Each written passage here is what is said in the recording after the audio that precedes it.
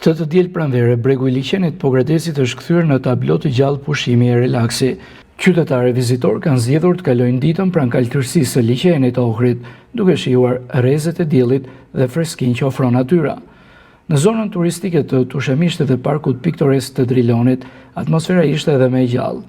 Familjarë shëtisnin buzburimeve, ndërsa të rinjtë dhe fëmijët mbushnin hapësirat e gjelbra përreth. Fëmijët të paduruar për të ndjerë shijen e sezonit të ngrohtë veror nuk kanë hezituar të futen në ujin e liçenit, duke sfiduar temperaturat ende të freskëta. Ndërkohë, grupmoshat e rritura zgjodhen të shijojnë qetësinë, duke ulur pranë liçenit apo në hijen e pemëve, larg zhurmës së përditshme. Kjo diel pushimi ka sjellë jo vetëm relaks, por edhe një rikthim të ndjesisë së bashkimit në paqe me natyrën.